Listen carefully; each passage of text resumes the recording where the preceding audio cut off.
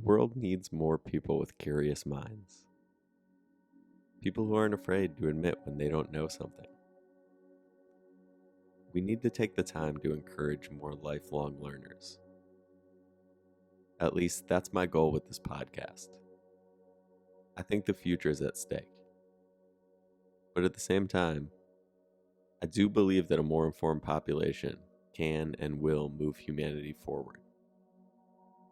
All we have to do is keep learning.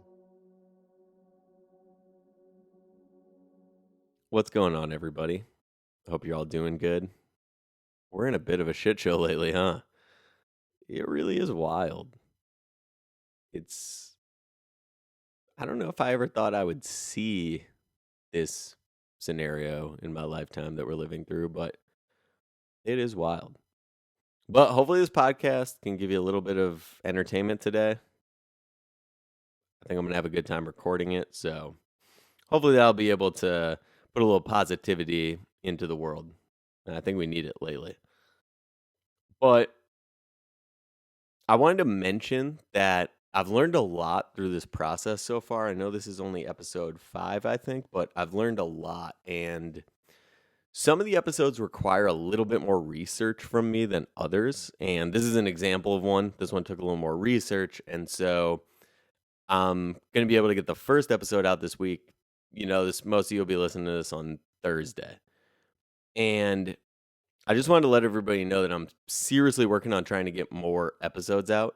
I've been getting a ton of positive feedback, and I'm just really, really thankful for that.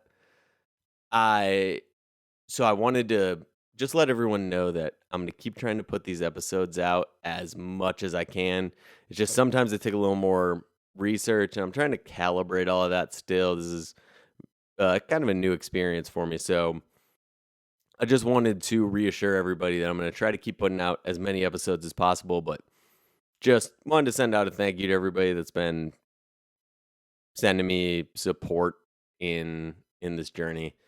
And I think that's something that people say all the time is, thank you to everybody. And sometimes it kind of comes off as a little bit maybe shallow or not as heartfelt, but I really want to be sure that I say thanks to everybody that's reached out. Like, it's weird, but there's this thing where you put something out into the world and you don't know how it's going to be received. And then when it resonates with people and they let you know that, it's just like a great feeling. So I just wanted to say thank you to everybody that's been supporting me so far in this, and I just really appreciate it.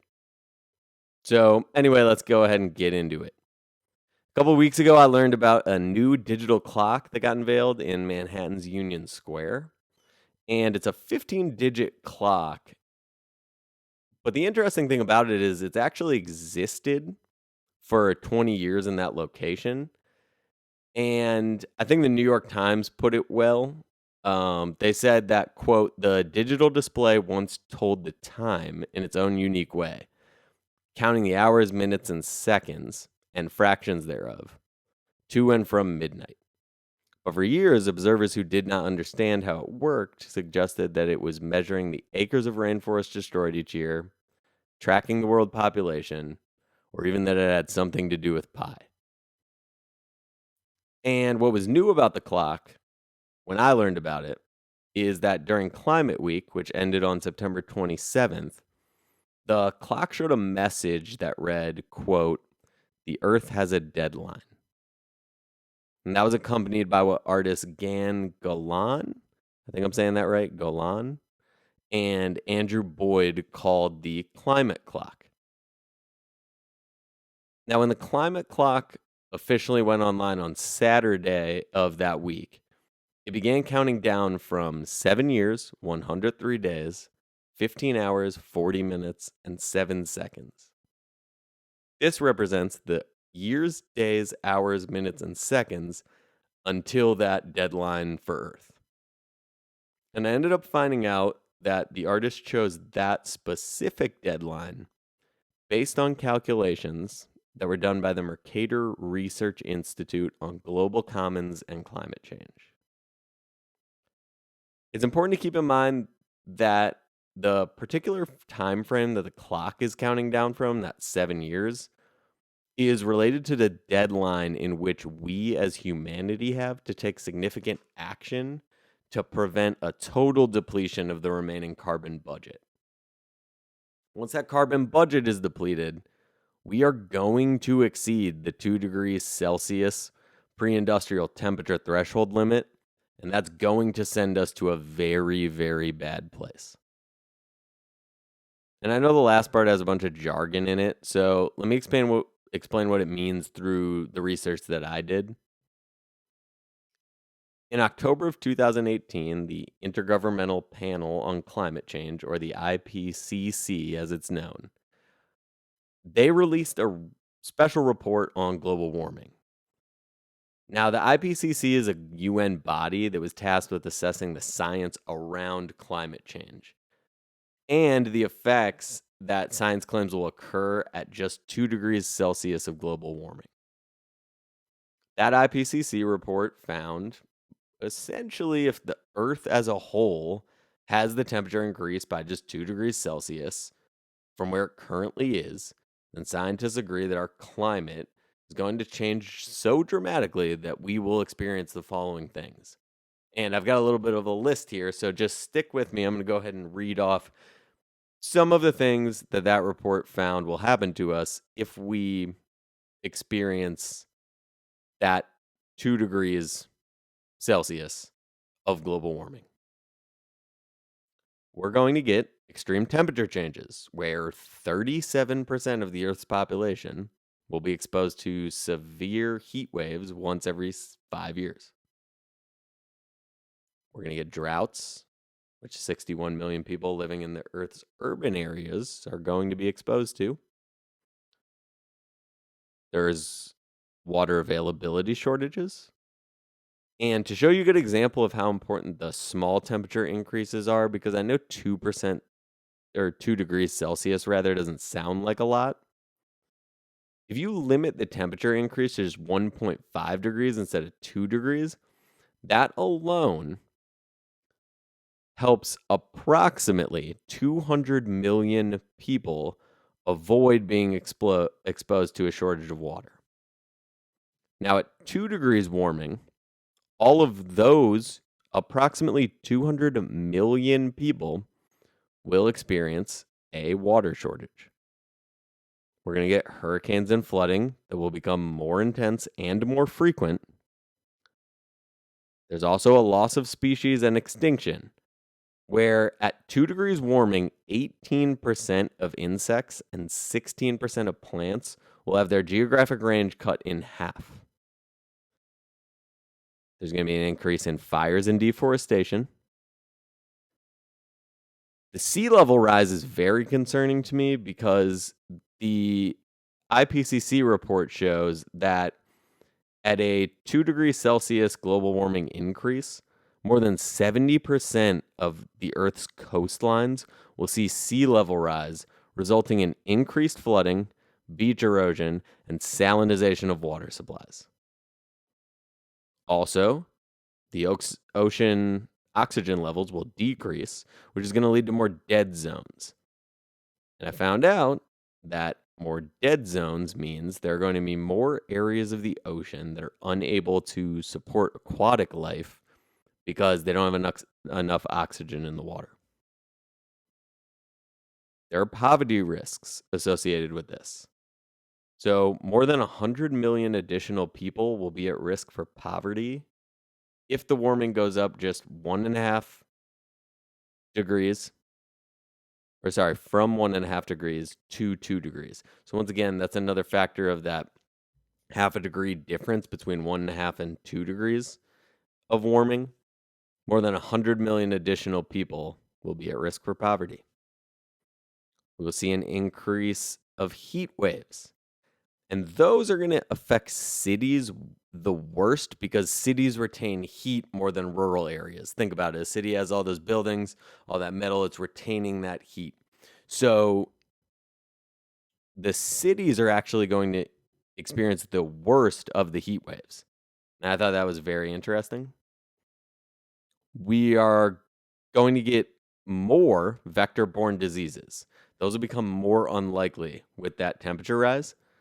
And I don't think I even need to touch on that really. Obviously, think about how problematic the idea of more public health emergencies is. There's also going to be food security risks. Rice and wheat production will decline, and 7 to 10% of rangeland livestock globally will be lost. And just think about how many people that affects. All these things, really, as I'm mentioning them. Don't just think about what I'm saying is going to be affected. Think about all the people and their families who are affected by the loss of jobs that comes with these things, the disruption of the food supply. So you got to take the whole picture into account as well. And finally, there's going to be negative economic impacts, and that's kind of what I'm talking about there. A 2017 study found that the US could lose up to 2.3% of its GDP for each degree of Celsius increase due to global warming. 2.3% of our GDP gone every time it goes up a degree. And so now that I've got your attention, let me go back to the clock in New York City for a second. Remember, that clock is showing that we've got about 7.5 years to make serious changes before the damage done to the climate becomes irreversible.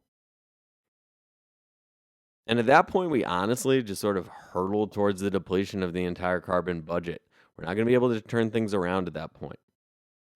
And the carbon budget could actually be depleted as early as 20 years from now.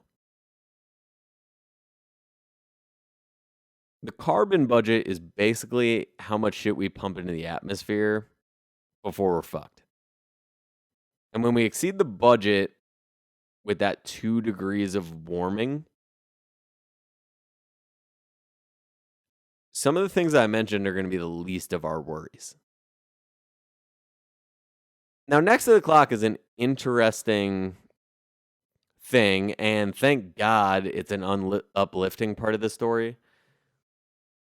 It actually may be my favorite part of everything that I learned because it provides a small sense of optimism, I think. So, right next to that digital clock in Manhattan, the two artists have placed an analog dial that shows the gains that we're making in the current percentage of the world's energy that's comprised of renewables. So, that figure currently stands at almost 28%, and it's slowly growing. And this is what they call the planet's lifeline. So, what that means is 28% of our global energy supply is renewable energy, solar, wind, things like that. Unfortunately, as we sit here today, it doesn't look like it's growing fast enough. And that brings us once again down the rabbit hole. Because climate change itself, believe it or not, is actually something that most Americans agree on. You see, there's this 2019 Yale and George Mason University collaborative study that I found really interesting and showed that 69% of Americans think that global warming is in fact happening. More than enough people to be able to take an actionable step to stop it. 69% of people agree that global warming is going on. But unfortunately, it's not that easy. And it's not that easy because I found out that the issue isn't the fact that Americans admit global warming is real. The real issue is that Americans can't agree on the cause of the problem. And therefore, they can't agree on the steps that we need to take from here. And it's at this point in the podcast that I'd like to stop for a second and address the people listening who may be the type of people who just adamantly believe that climate change is entirely fake. And I'm going to be honest, if you're one of those people, this probably isn't the episode for you. We're going to have a bunch of other episodes about a lot of cool stuff. You can totally catch us on one of those ones, but this is probably not going to be the episode for you. You're the type of person that thinks global warming is fake or a hoax. And in fairness, according to that 2019 study that I mentioned, it's about 31% of the population. And that's more than I would have expected based on, I don't know, maybe all the hurricanes and the flooding and the fires that we didn't seem to be dealing with back in the 1990s. I mean, back in the 90s, we were worried about other stuff. This stuff wasn't going on. It seems very recent that we have the sort of devastating fires and hurricanes and flooding that we're experiencing. Like back in the 90s, we were worried about much better stuff. Like people were trying to figure out if that World Wide Web fad was going to end anytime soon. They knew it was coming. The internet's all just a fad. It'll be gone soon. We're just trying to figure out when. People were focused on a bunch of beloved pop culture icons. I mean, people were talking about how great Bill Cosby and Kevin Spacey were back in the 90s. So, I mean, we were certainly occupied by other things because we didn't have catastrophic weather events happening left and right. Today, we're worried about super fires and double hurricanes.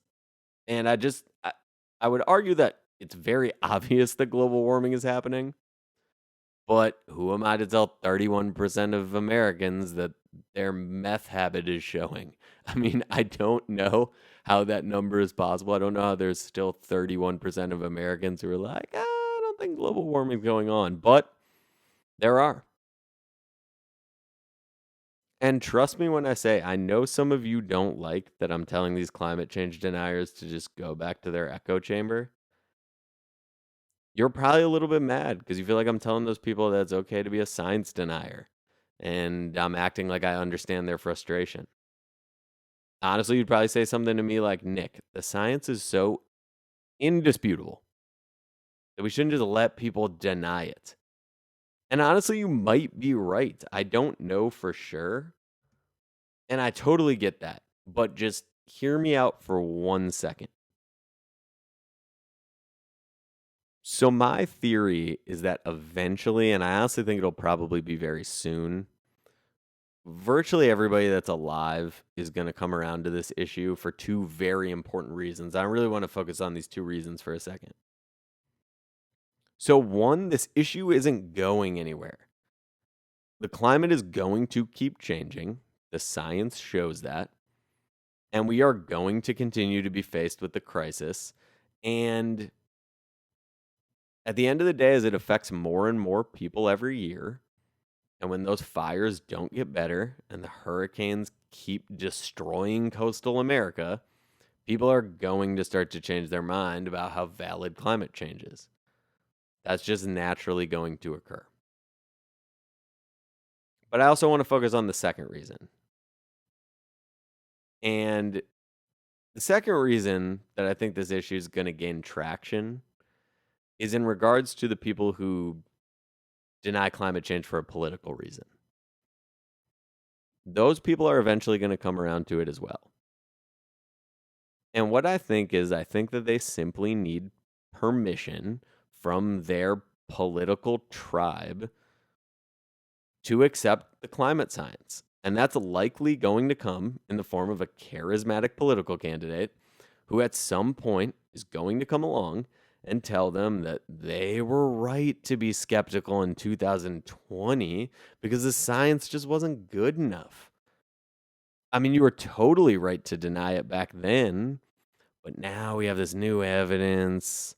We're the only ones that know about it. So now, I mean, you've got permission to stop denying climate change because the smart ones on our side of things, we know what's going on now.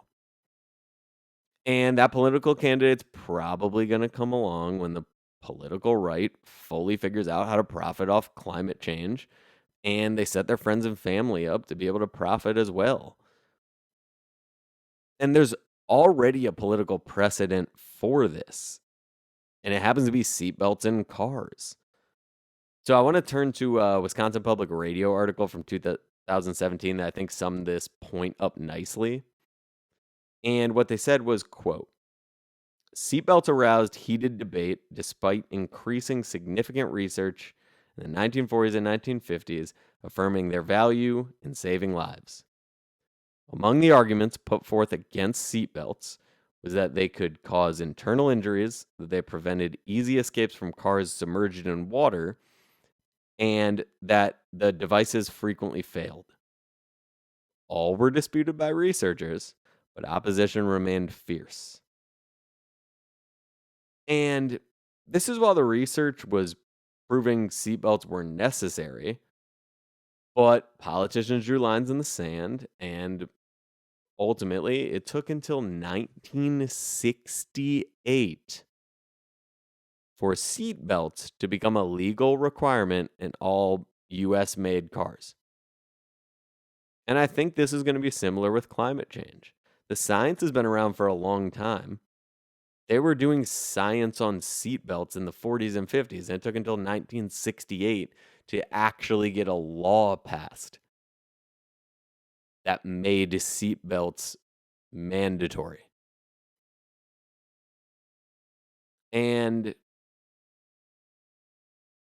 I guess maybe that's my optimism talking, but I think that that is where we're headed with climate change ultimately. But either way, like I said, I just don't think you need to worry. The people that are already either turning off this episode right now or they did turn it off, I think they're going to be back someday. And to be honest, a lot of them are probably going to be helpful in terms of bringing allies to this fight. And so I wouldn't really worry too much about the hardline climate change deniers, the people that turned this episode off already. I just wouldn't stress about it too much. I really do believe that those people are going to come back around on this. So I guess we have to wait and see, but that's my view on it at least.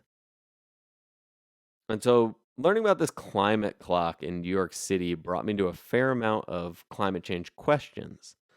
And admittedly, I was already familiar with the issue as a whole. But like I've said on this podcast before, being familiar with something isn't a reason to stop learning about it. So I decided to dive more specifically into why there's even a disagreement on this issue. For starters, I want to preface this all with the most important part. According to NASA, which is a federal agency, which is currently under Donald Trump's administration, a president who supports NASA so much that he touted the creation of the Space Force. NASA itself published studies and information in 2019 during the Trump administration that says, quote, yes, the vast majority of actively publishing climate scientists, 97%, and keep that number in mind, agree that humans are causing global warming and climate change. Most of the leading science organizations around the world have issued public statements expressing this, including international and U.S. science academies, the United Nations Intergovernmental Panel on Climate Change, the IPCC, and a whole host of reputable scientific bodies around the world. So 97% of scientists agree that we, humans, us, are the cause of climate change. And I can't believe I have to say this, but yes, we are. That is correct. We invented cars and planes like 100 years ago. We've been pumping fossil fuels into the air like crazy for the last 100 years. And guess what? Dinosaurs didn't have Spirit Airlines doing 1999 flash sales for airline tickets like it's a KFC Pizza Hut family combo bucket. Of course, we're the ones causing climate change. But the important part of that comment by NASA is the phrase, humans are causing global warming and climate change. Because as much as I can say it and point to it, that's actually where a large amount of the problems arise.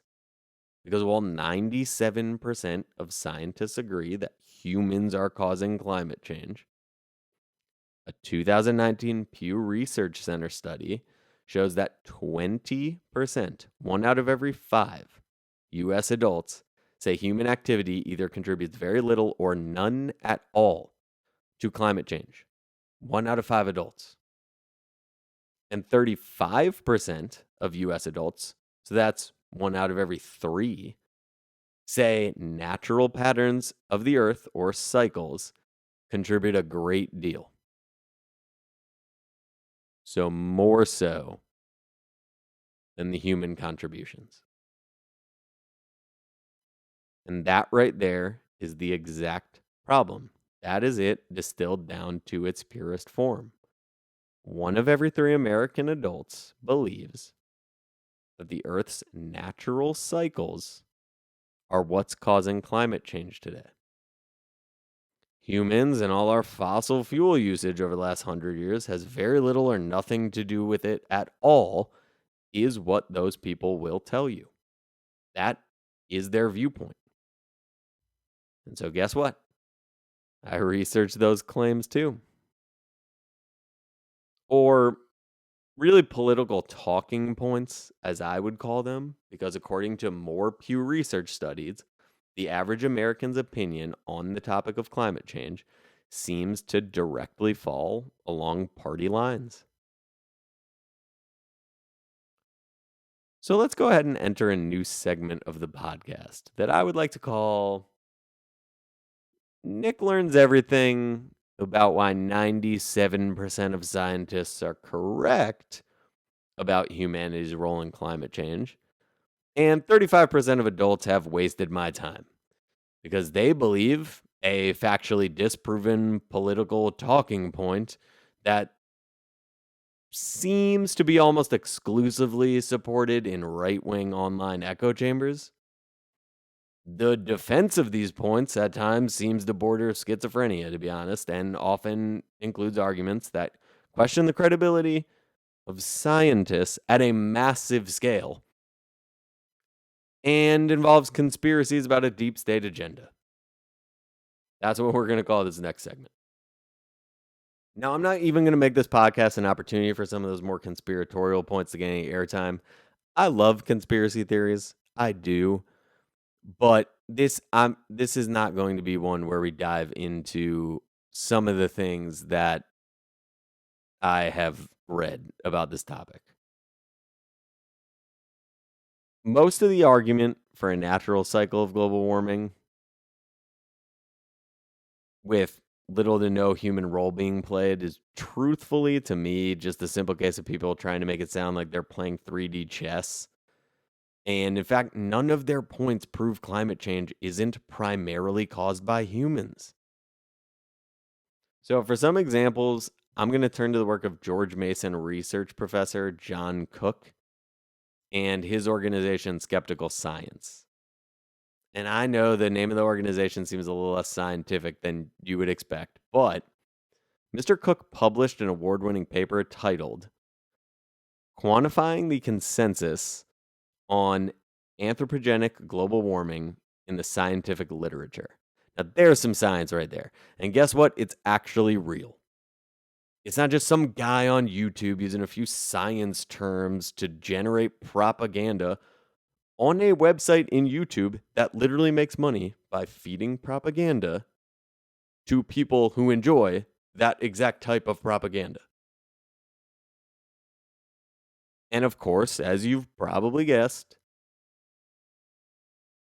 right-wing groups of climate change deniers tried to discredit John Cook's work for years until NASA, under the Trump administration, agreed with John that 97%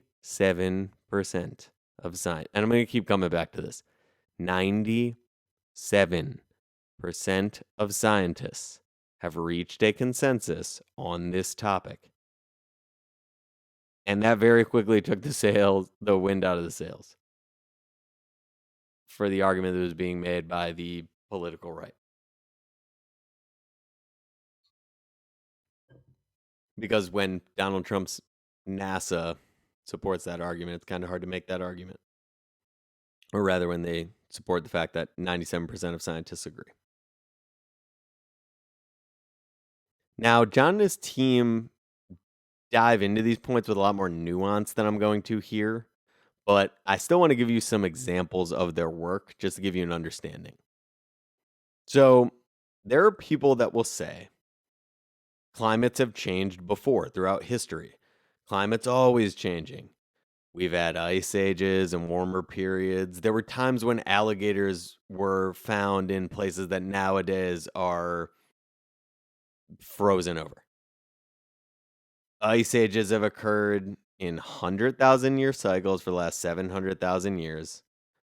And there have been previous periods that appear to have been warmer than the present, despite CO2 levels being lower than they are now. More recently, we have the medieval warm period and the Little Ice Age.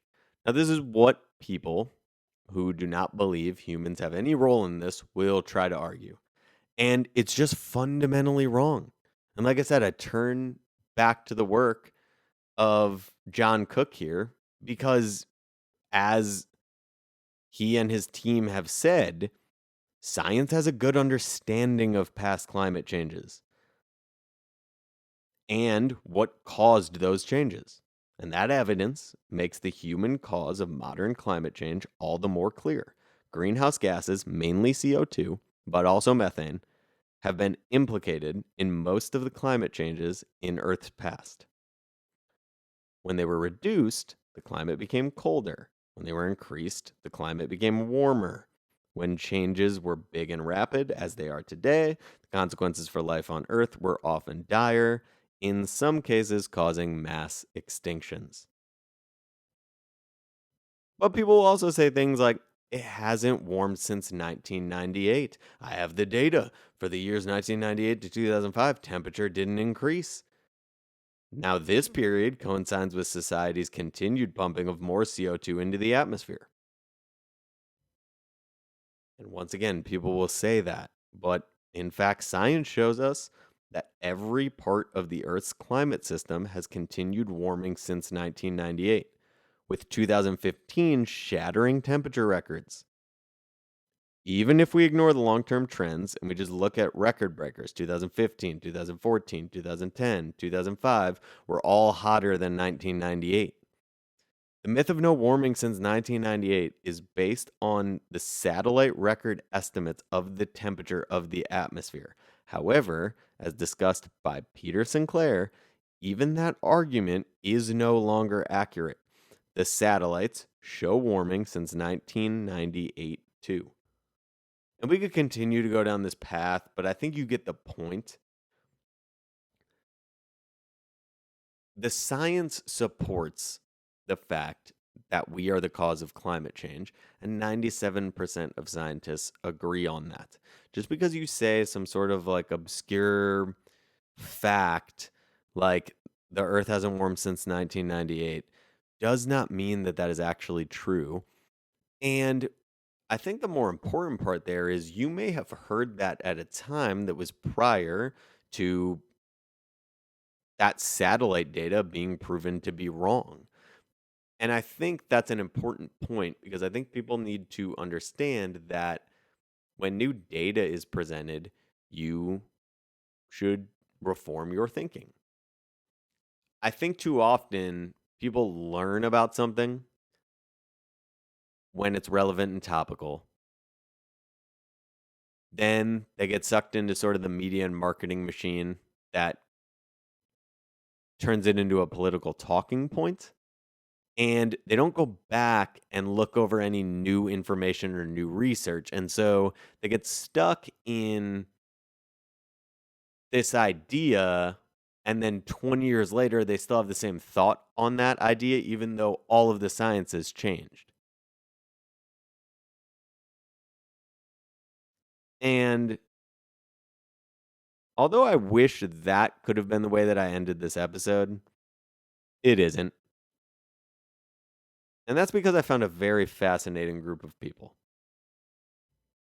I found out that there are people who, after hearing all of the data, will still say it's a natural cycle. And we shouldn't move forward with any plan to fix it because there's nothing that need to be fixed. Humans aren't causing this. It's a natural cycle, and everything's going to be fine. And those people we can actually prove statistically only feel that way due to a political tribalism. We can actually prove that statistically. They try to mask that tribalism with a bunch of unsubstantiated arguments. Like I said, the 3D chess thing. And at the end of the day, it's just full of a bunch of poorly made YouTube arguments. And I think that by itself is a really fascinating look into human psychology. And maybe a look into the system that we've created where people feel like they can't sort of reform their thinking about certain topics, especially topics that have become very politicized. But even if you think it's a natural cycle, and no matter what I say, you cannot be convinced that humans play a role in global warming or climate change at all, then to those people I ask you, why do you still not want to take any active measures to slow down the warming that's widely agreed upon? I mean, even if we don't agree on the cause of the warming, then why should we still not take any actions to slow it? We already established that 69% of Americans believe that global warming is happening, and we can see the devastation caused by the fires and flooding. According to NASA, 2010 to 2019 was the hottest decade ever recorded. Yet you're going to tell me that we don't need to take any serious actionable steps. My argument is, even if you do not want to come off the fact that you still think it's a cycle, why should we not be trying to do anything in 2019 to slow that cycle down and to prevent the warming that we see and seem to agree is going on? So let's take a second and consider a scenario. Completely hypothetical, of course. If in the entire history of your neighborhood, you had encountered the standard, scientifically agreed upon amount of bears in your neighborhood, there had never been a string of bear sightings. And sure, you might live there for a while, and maybe depending on where you live, there's an occasional bear sighting or something like that.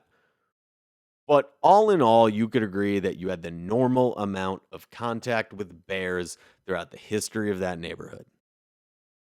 And then all of a sudden, from 2010 to 2019, in that decade, your neighborhood experienced the most aggressive spree of bear mischief of all time. Everywhere you looked, bears were decimating the economy. They're preventing people from going to work. They're blocking driveways. They're lighting fires and flooding people's homes. There's issues with the food supply because the bears are just stealing people's groceries. The bears are killing people in mass. And those trends are just continuing because all that stuff's going on with climate change. In fact, 69% of the people in your neighborhood were in agreement that the bears are real. And that would open up a lot of questions about the other 31%. But to be honest, I kind of made that point earlier. If that were the case, I don't think you'd find yourself driving in the neighborhood block party, listening to Bruce Springsteen, wearing a fucking American flag as a dress, and saying stuff like, guys, there's nothing to worry about. Sure, these bear attacks are happening more and more, but most of us seem to agree that these bears are just part of nature and this is a cycle. Really, it's just these damn libs want to use these naturally occurring bear crimes to raise our taxes and promote their No Bears New Deal. I don't think you would be doing that. I think instead you'd be having an outdoor block, but you wouldn't be having an outdoor block party at all. You'd probably be actively in the middle of an actionable plan to get more information about how to prevent the issues caused by the bears. You'd also probably be buying a shitload of bear spray and bear traps, probably a couple guns, because even though the bears are found in nature, it seems to be problematic, and we probably shouldn't allow their natural cycle of murder and mayhem to just decimate the population and the economy and the food supply. And I'm not exactly trying to make fun of people with all this. All I'm trying to do is just ask them to slow down and look at the actual science. I would like for people to be able to consider that they might need to admit they're wrong, or at least they were wrong originally when there was less information available to them.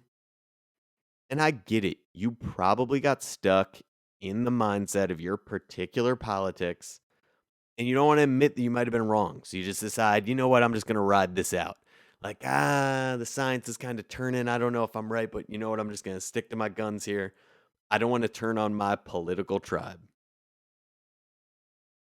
And I really do understand that. I'm just saying that now, with the science that we have available, it might be time to change your position and really consider how important this issue is to you as a whole, especially now that we have all this new information. And if it's very high on your list of priorities in light of this new information, I recommend allowing it to advise your politics. To be honest, I think the entire situation is an example of something where the difference of opinion needs to focus on how to solve the problem and move forward. When you have a situation where almost 70% of Americans agree there is global warming, and then 97% of the scientists agree on the cause of the global warming and of the climate change, then I think it's time to start immediately working on a solution.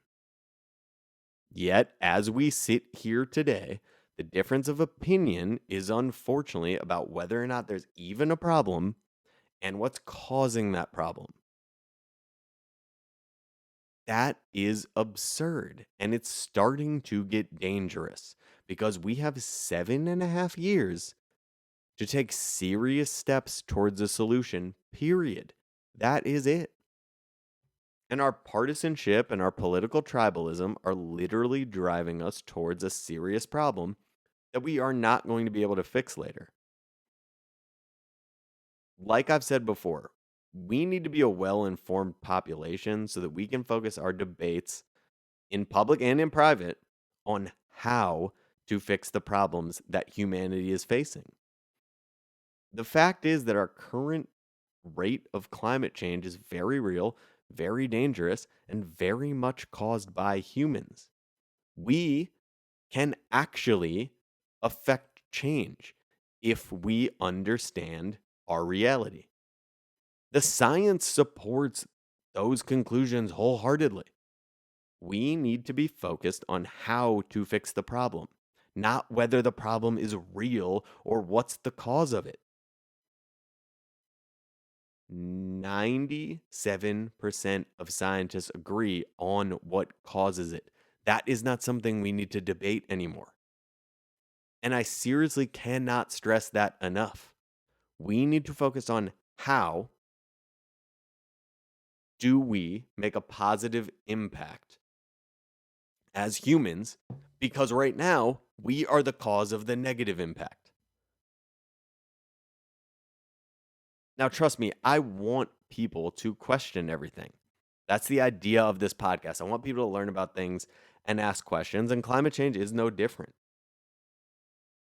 But the point that I make is when you're questioning something and your question is answered unequivocally by all but 3% of scientists, it's just time to get on the bandwagon and start looking for something else to ask questions about.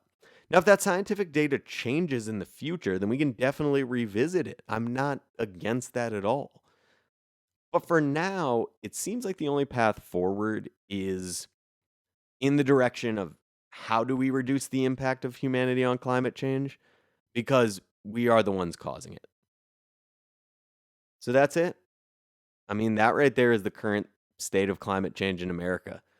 The biggest issue that we have right now with climate change is the disagreement on what's causing it. And to me, it's insane. Before you make any judgment, honestly, go look for yourself. Don't take my word for it. I mean, at the end of the day, what do I know? Honestly, I feel like I always have to use spell check when I write the word guarantee on anything. It is a tough one. And I mean, how can you even trust what I'm saying then if I have to use spell check for a word so simple as guarantee? But at the end of the day, all joking aside, I think that we need to start having these conversations and allowing the science to speak first. As always, shout out to my family and friends. I I just want to say thanks again. I want to always try to make sure I end every show with that. So I'll see you guys next time. Until then, keep asking questions. Don't be afraid to admit when you don't know something. I think that's so important, especially in this particular instance. And I'll see you guys later.